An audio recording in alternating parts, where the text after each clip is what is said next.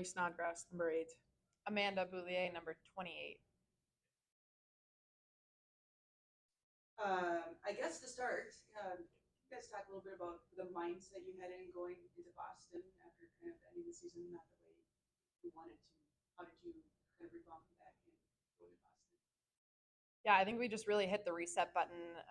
Playoffs is a whole new season, and I think we had that mentality going in. So didn't spend a lot of time in the past. We were just focused on the present and what the task at hand. And I think when our backs are up against the wall, the Caps are rolling. So it was a fun weekend for us. And when the pressure was there, we really came to play. And so that was fun, and we're looking forward to doing it again this weekend. And what was it like having Amanda back in goal too for that series? How important of a role does she play?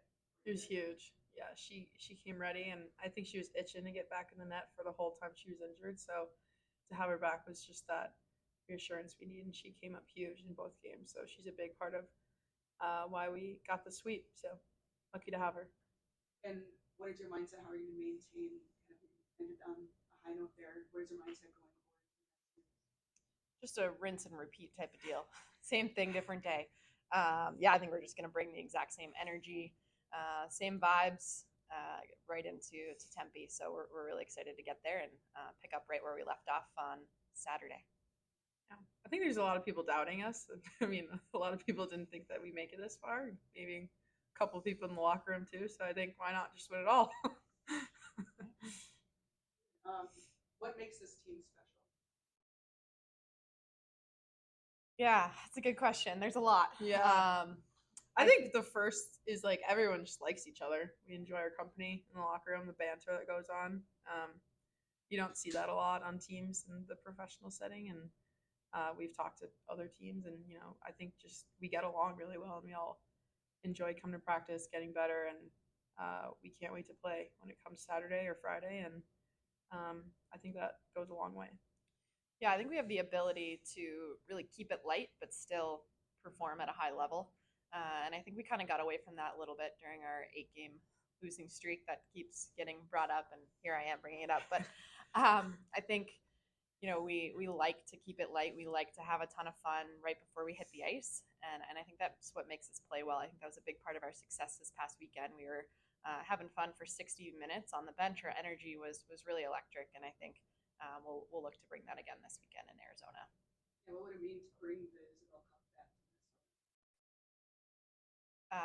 Izzy would be home, so that would be great. It would be great for our fans here at Richfield. They were so loyal to us all season, and the last stretch there, we didn't score a ton for them, and we didn't exactly give them a great show. So we would love to be able to bring it back for them, and I think it would be great for our fans. Yeah, as a rookie, it'd be huge too. I mean, coming from a team, a school that didn't really, win a lot in my career, I would love to bring home a trophy. So it's fun. The franchise had such great success right away. Right when the Whitecaps joined professionally. Is that bar set high because of that? It's hard to go into a season saying a championship is the goal. I mean, everybody wants to win it, but some teams it's let's make the playoffs. Let's try and make a run. With the past of the Whitecaps, it's okay. Anything other than a championship is I don't want to say disappointment, but it feels like that's fair for the bar set for this franchise. How do you negotiate that? And is there a sense of hey, it's fun that we've won and we've earned this, but also a little relief that okay, this is where we're supposed to be this week. Yeah, I think once you win a championship, getting back to that moment is going to be the goal, and not just getting there but winning it. So you're exactly right. I think that's the standard ever since our very first, the inaugural season where we won it all. And I think, we're also in the state of hockey. And so I think our expectations because of that are going to be set really high. I think, we have such a hockey hotbed here in Minnesota. And so we have really good players, really good rosters year in and year out. And so I think, that sets us apart from other organizations here in the league. Now, a big picture question for you, just the opportunity to play in a championship in a professional league is something that girls as recently as 15, 20 years ago maybe would never have dreamt of. But not only do you get the chance to play after college, I heard you talk about that in the story from Valley, but to have this championship that's going to be streamed nationally, and is it a big neutral site as part of a big event?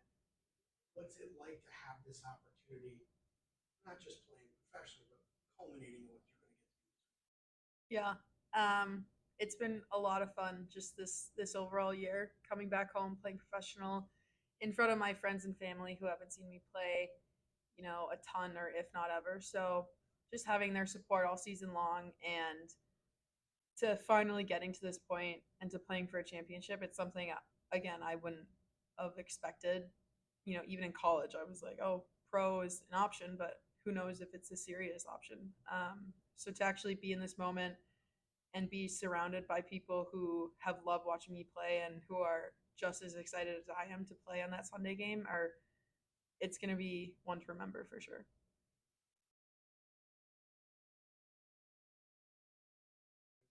Anybody on the Zoom? Oh, you're right there.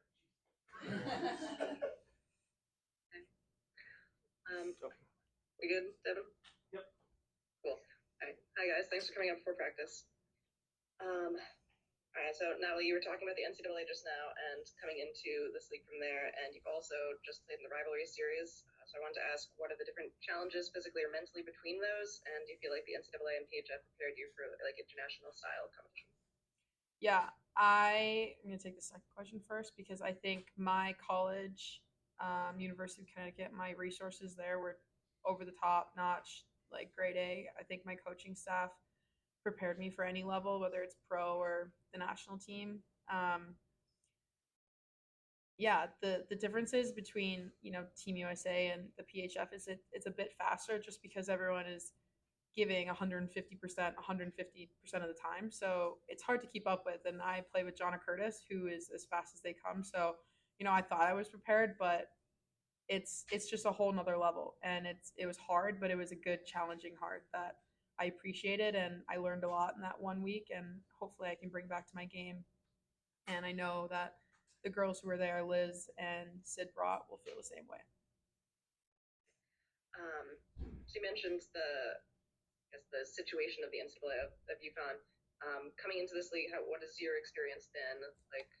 I guess making that transition that way. Yeah. Well, I think what's different about the Hockey East is that you don't get a lot of Midwestern girls that go out of state into college. So I was kind of not a rarity, but I was an anomaly where a lot of girls on the East Coast maybe go play in Sweden or go play in Europe. But I, again, wanted to come home, come play for the PHF. So I think I kind of always knew that, but I hope my goal, like the goal in the future, is to get more girls from the East Coast and from maybe in the West or whatever Midwest to just keep playing, obviously, in North America. So Amanda, or do you want to be called Amanda or Boo or like what? Whatever rolls off the tongue. Okay, cool. So you've been with the Whitecaps for a few seasons, and what kind of change have you seen on the team throughout those years, and then up to this year, what makes this different? Yeah, I think first thing that comes to mind is just the resources that are being poured into the women's game right now, and we feel it a ton here just with the Whitecaps. I know we have a new GM in place and new leadership that's has a full-time job to make our lives as hockey players as the most professional as it can be, and that's been felt and really seen over the last couple of years. Obviously, the salary cap increase as well. We have a lot of players now that can do this full time, and so the commitment level is much higher than it was able to be in the past. So that's been great, and then just bringing in younger, quicker, faster, better players to the team. Our roster every year I've been on it has gotten better and better, and so that's been really cool to be a part of and to see the growth there. So just as a summary, you won a cup with Minnesota, and then lost in the finals to Boston, and then won one with Boston, and there was one that didn't happen in between that. And now you kicked Boston out of the playoffs. So this is kind of roller coastery. So how has that been for you with making those relationships with people in Boston and whole sequence? Yeah, it was. I call it my sabbatical year out east, and it was a fun year to go back out east where I'm from, play in front of friends and family, and make some new relationships on that Boston team. But last weekend to be able to beat your old team is always a fun task, and they're obviously a great group of of athletes and, had a really great season. So to be able to upset them and, go back to the Isobel Cup Final with Minnesota has been it's going to be a fun one. About those games in Boston, this is just based from my observations, which I don't know what I'm talking about. So the games against Boston looked really different in terms of defense than the games that came before that. Did it feel different to you? And was the prep for that going into those games different? I think back checking was on the mind that game. They got a team with a lot of speed. Alec Bunstrom to be specific, but their top line is dangerous, and I think it was a known fact through all our lines that when you see that top line, that your mentality is defense first. So took a lot of pride in that. Personally, I didn't think I played a lot of D zone, which is always fun. But you guys were too busy scoring goals. Yeah, we were playing offense, which was great. So really took it to them, which was fun. Yeah, I think as a defenseman, we really focused on just kind of holding the blue, not necessarily pinching too much and giving up odd man rushes, and we gave up very few of those. I think we gave up maybe one or two, and they capitalized on one of those. And I think the rest of the weekend we really locked it down. We blocked a ton of shots and just played really, really sound defensively in front of Lev. And then obviously when we gave up some questionable chances, Lev was there to backstop us. So I think we were just really, really good defensively, and we'll need to do that again this upcoming weekend. Yeah. Having played against Toronto, what are you expecting out of that? Well, one game, not series, but is the prep for that different than it was against Boston? Yeah, I think they're a little bit more physical, bigger, stronger, not quite as quick as Boston, but they think the game at a really high level, and dynamically or offensively are really dynamic. So I think from a defensive standpoint, we're still going to have to play really good, really sound defensively, but I think offensively we could probably take a few more chances than we could against Boston, who's really good on the transition game. So I think it's going to be a little bit physically a bit more of a battle, but I think the prep is pretty much the same. I think we just have to kind of mentally show up and physically battle, and we'll be good to go. All right, a few quick fun ones. Did you know that the GIF of you waving to that drone is really popular? I've seen it get reposted a couple times. So yeah, I didn't think that would go as viral as I thought. I've never seen a drone on the ice, so I made eye contact with it, and my instinct was to just wave. So here we are. Exactly what you're just doing. A sensation on Twitter. Yeah. Got to get it on TikTok next. Yeah. Absolutely. Natalie, were you talking about special ed before? I couldn't really hear that. Yeah, so I have a part-time job as a paraprofessional at an elementary school, so I work with the special ed department. A lot of kids. Yeah. That is so cool. My mom used to do that, so I just thought that was cool. Oh yeah. Has anyone said anything to you about a Rookie of the Year bid? Anything like that? Should be a good candidate for it. No. It'd be nice it's a nice thought, but I'd put my vote in for Nat. That's biased. But thanks. Okay. Well, thank you guys. Thank you. Thank you. Appreciate it. Thanks, you guys.